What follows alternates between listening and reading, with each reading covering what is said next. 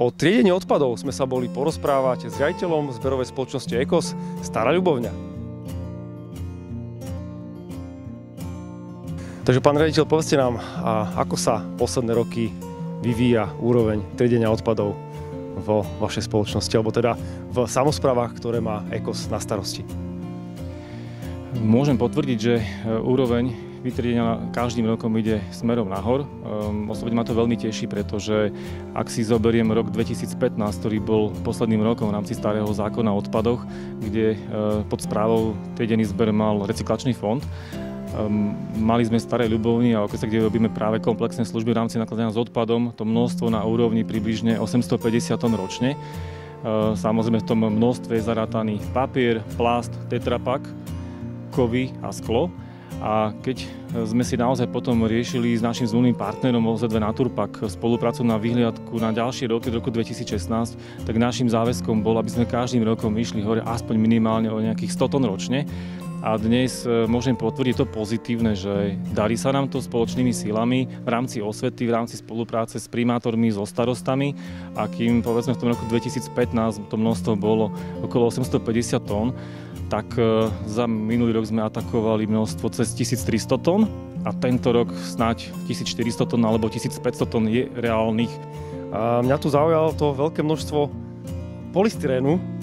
Tu máme možnosť vidieť biely polystyrén, ktorý je 100% recyklovateľný. Snažíme sa vysvetľovať v médiách na stretnutiach, aby ten polystyrén, ak ľudia môžu, aby doniesli na zberný dvor, pretože v takom zbernom dvore je to kompaktné a ako to dáme do akého špeciálneho smetiarského vozidla, to znamená buď rotopres alebo lineár, tak nám to potom z toho doslova vypadnú guličky, ktoré môžeme pozametať a už toto je naozaj problém recyklovať.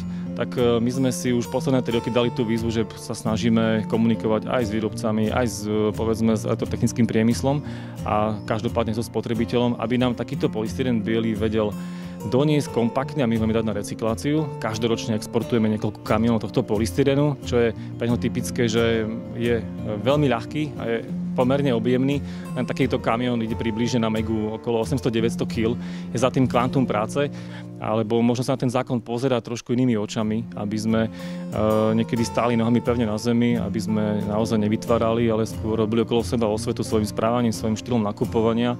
A toto je potom pekné, že ak príde spotrebiteľ do zberného dvora, aj ten priestor, sú tu rôzne reklamné prospekty, dávame do domácnosti kalendáre, ktoré sú určené pre bytové domy, pre rodinné domy, kde je presný popis nielen triedeného zberu, ale povedzme aj iných komodít, ako je napríklad bioodpad, gastroodpad, kuchynský odpad, jedlo, oleje, tuky, drevo, stavebný odpad a podobne, tak nech ten spotrebiteľ naozaj si uvedomí už v tej fáze nakupovania svojho výrobku, či je to potrebné.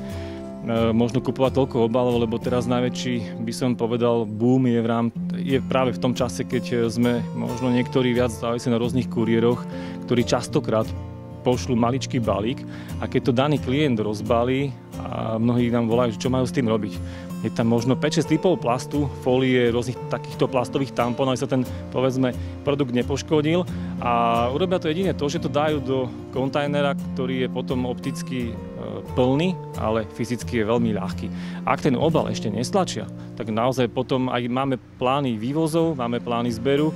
Častokrát sa stáva to, že tie naše nádoby, a nielen u nás, ale určite aj na celom Slovensku sú plné, opticky, ale materiálovo váhovo sú niekde úplne na možno 1/5 a potom áno, tá komunikácia, že síce objektívne je to plné, ale ten spotrebiteľ danú službu ma poviem teraz takto veľmi s takým dôrazom. Celý triedený zber uhrádza nie spotrebiteľ, ale OZV. OZVčka, keď to zafinancuje a daný výrobca, tak naozaj má byť ten spotrebiteľ viacej zodpovednejší, pretože mnohí z nich aj v dnešnej dobe, bohužiaľ, nie sú schopní stlačiť PET fľašu, nie sú schopní stlačiť obal od mlieka ako tetrapak, nie sú schopní stlačiť plechovku a potom je to práve to, že ten daný kôš alebo zvon je opticky plný, ale váhovo je naozaj niekde dole. Ďakujem pánovi riaditeľovi za pozitívne správy o tom, ako sa zvyšuje úroveň triedenia v pôsobnosti zberovej spoločnosti EKOS. Je to v súlade aj s tým, aké má dáta Naturpak za všetky svoje samosprávy, o ktoré sa staral v roku 2019 a porovnal úroveň triedenia s rokom 2020 tá úroveň sa zlepšila, množstvo vytriedeného odpadu sa zvýšilo o 18% a to je veľmi pekný výsledok. Veríme, že takéto pozitívne správy o triedenom zbere budú pokračovať a ak sa vám toto video páčilo, sledujte nás na YouTube kanáloch INCIEN, Inštitút cirkulárnej ekonomiky a Naturpak verejnosti a staňte sa našim odberateľom. A sledujte tiež webovú stránku www.miestapreč.sk. Ďakujeme.